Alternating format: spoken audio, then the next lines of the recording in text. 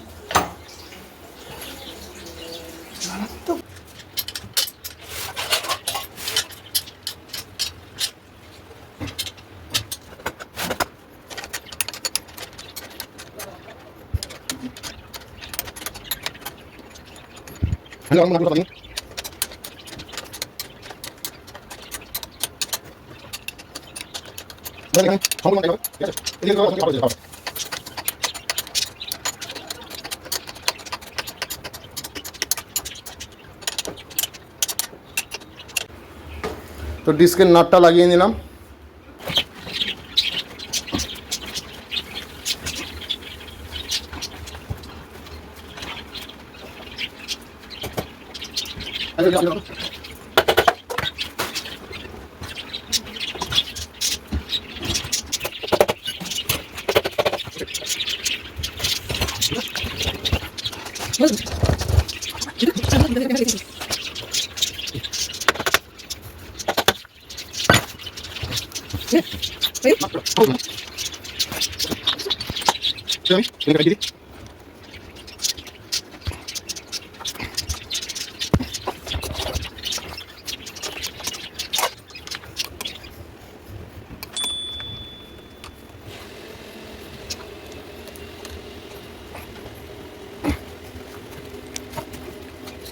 বন্ধুরা, আপাতত Suzuki GS150r এর বল রেসার চেঞ্জ না করেই গাড়িটা দাঁড় করিয়ে দিয়েছি।